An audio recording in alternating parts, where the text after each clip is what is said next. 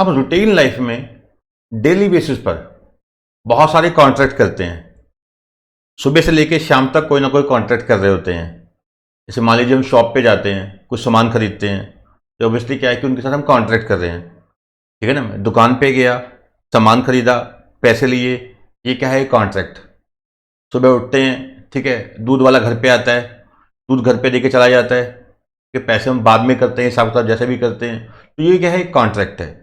तो हमारी जो डेली बेसिस की जो रूटीन लाइफ है, ठीक है, वो कॉन्ट्रैक्ट के साथ जुड़ी हुई है, लिंक्ड है। ठीक है, तो ऑब्वियसली क्या है कि इसके लिए कोई ना कोई कानून भी होगा, तो कानून है भी है। इस वीडियो में हम जो बात करने वाली है वो यही करने वाले हैं कि जो इंडियन कॉन्ट्रैक्ट एक्ट 1872 वो क्या है, इससे पहले क्या सिस्टम था, ठीक है, अब जो सिस्टम चल रहा है वो क्या सिस्टम है। ठीक है, तो पहले मैं बता दूं कि मेरा नाम है जगदीप अरोड़ा, और अगर आप इस चैनल पे न्यू हैं तो चैनल को सब्सक्राइब कर लीजिए, ताकि आने वाली वीडियोस के क्या है कि आपको नोटिफिकेशन मिलते रहें, आप क्या है कि वीडियोस का फायदा उठा सके। ठीक है ना, तो चलिए, पहले ये सिस्टम होता था, देश में कोई कानून था नहीं, तो आपस में लोगों का लेन देन होता था।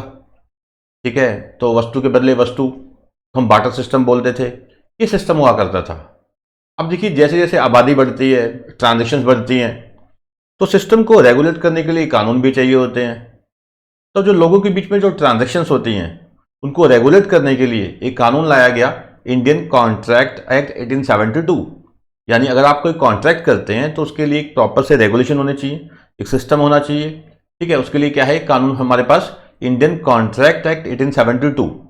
ठीक है ना, पहले क्या सिस्टम था, बेशक वो पार्टनरशिप थे, सेल्स ऑफ गुड्स था, ठीक है, और नॉर्मल कॉन्ट्रैक्ट थे, वो तीनों ही किसमें थे, इंडियन कॉन्ट्रैक्ट एक्ट 1872 में। बट बाद में क्या किया गया कि जो पार्टनरशिप लॉ है उसको अलग कर दिया गया। उसका कानून कौन सा बना, पार्टनरशिप एक्ट 1932। और जो गुड्स के बारे में सेल परचेज होती थी, ठीक है, जो गुड्स की सेल परचेज होती थी उसके लिए एक अलग कानून हो गया, सेल्स ऑफ गुड्स एक्ट 1930। तो यानी कि गुड्स का जो कानून है, सेल्स ऑफ गुड्स एक्ट 1930, वो इस इंडियन कॉन्ट्रैक्ट लॉ में से अलग कर दिया गया। और उसके अलावा जो पार्टनरशिप का कानून था, ठीक है, पार्टनरशिप की जो प्रोविजन थी इस कानून में, इंडियन कॉन्ट्रैक्ट लॉ में, उसको भी अलग कर दिया गई। तो यानी कि सेल्स ऑफ गुड्स को अलग कर दिया गया, उसके लिए कानून बना सेल्स ऑफ गुड्स एक्ट 1930।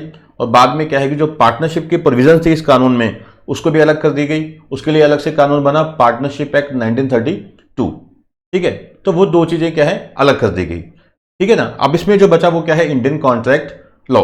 अब इंडियन कॉन्ट्रैक्ट लॉ जो है वो दो भागों में बटा हुआ है।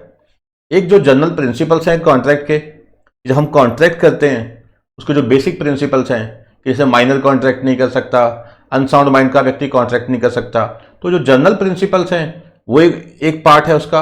और दूसरा है जो स्पेशल कॉन्ट्रैक्ट्स होते हैं, जैसे प्लेज है, मैंने गोल्ड रखा गिरवी, ठीक है, गोल्ड के बदले क्या है कि मैंने पैसे ले लिए, अब मैं पैसे वापस करूंगा ब्याज समेत, तो गोल्ड वापस ले लूंगा, तो प्लेज हो गया। ऐसी इंडemnity, जैसे इंश्योरेंस करवाते हैं हम, ठीक है, इंश्योरेंस की प्रीमियम पे करते हैं, कल को कुछ होता है, एक्सीडेंट वगैरह हो जाता है, मिसहैपनिंग होती है, तो उसका हमें क्या मिल जाता है, कॉम्पनसेशन मिल जाता है। ठीक है, तो इंडemnity का कॉन्ट्रैक्ट्स हो गया, कंटिजेंट कॉन्ट्रैक्ट्स हो गए, प्लेज के कॉन्ट्रैक्ट्स हो गए, एजेंसी के कॉन्ट्रैक्ट्स हो गए, यानी कि स्पेशल काइंड्स ऑफ कॉन्ट्रैक्ट। तो वो बातें भी किसमें की गई हैं, इंडियन कॉन्ट्रैक्ट लॉ में की गई हैं, इंडियन कॉन्ट्रैक्ट एक्ट 1872 में की गई हैं। तो इंडियन कॉन्ट्रैक्ट एक्ट 1872 इस समय बेसिक दो बातों पे क्या है, बात करता है। पहला कि जनरल प्रिंसिपल्स क्या है कॉन्ट्रैक्ट करने के, और दूसरा जो स्पेशल काइंड्स ऑफ कॉन्ट्रैक्ट्स हैं। ठीक है, जैसे मैंने आपको बताया कि पार्टनरशिप का जो इसमें प्रोविजंस थी वो अलग कर दी गई, उसके लिए कानून कौन सा बन गया, पार्टनरशिप एक्ट 1932। और जो गुड्स की सेल के लिए जो प्रोविजंस थी इसमें, उसको भी अलग कर दिया गया, उसके लिए क्या हो गया, सेल्स ऑफ गुड्स एक्ट 1930। ठीक है ना, तो चलिए रीड करते हैं, छोटा सा टॉपिक है। ठीक है, इसमें हम केवल बात करेंगे कि जो इंडियन कॉन्ट्रैक्ट एक्ट 1872 है उसकी बेसिक इंट्रोडक्शन के बारे में, जिसमें काफी कुछ मैंने आपको पहले ही बता दिया। ठीक है जी, तो चलिए, तो क्या कहते हैं, पहले meaning and nature of contract है।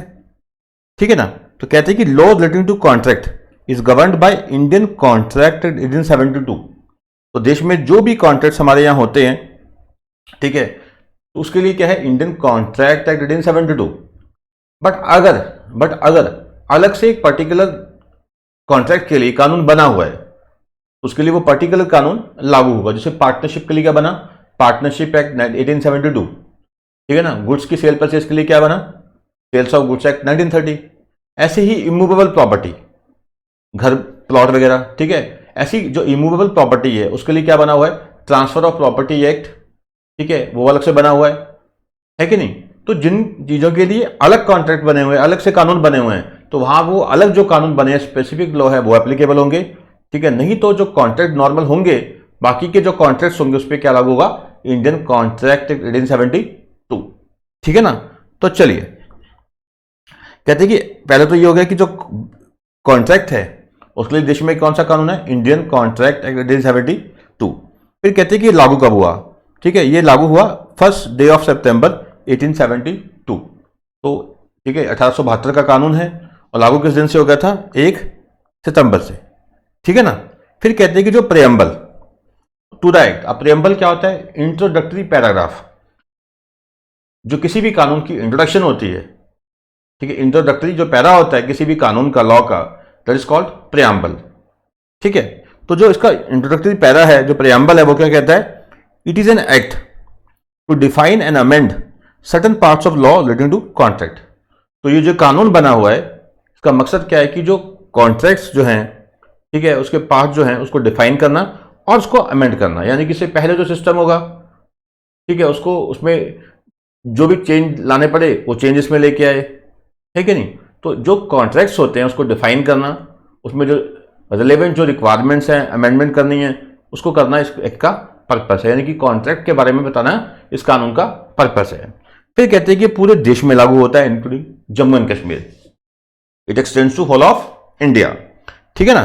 फिर कहते हैं जी, act is by no means exhaustive on the law of contract, it does not deal with all branches of the law of contract. देखिए एग्जॉस्टिव का मतलब क्या होता है कि यही है सब कुछ और कुछ भी नहीं है।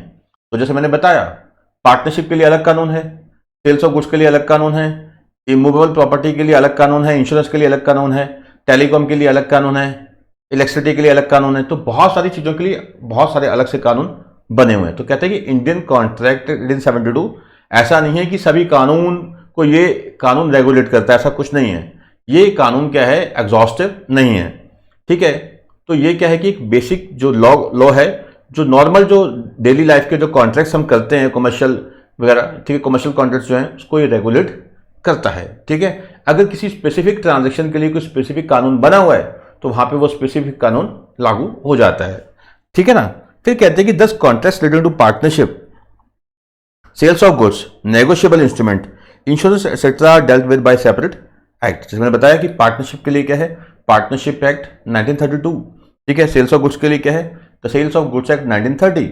ऐसे नेगोशिएबल इंस्ट्रूमेंट के लिए क्या है, नेगोशिएबल इंस्ट्रूमेंट एक्ट 1881, ठीक है। ऐसे क्या है, इंश्योरेंस के लिए अलग से कानून है, द इंश्योरेंस एक्ट, ठीक है। उसके अलावा इरडाई जो है, insurance regulatory development authority of India, वो उसके लिए अलग से कानून बना हुआ है जो इंश्योरेंस कंपनीज को रेगुलेट करती है, ठीक है।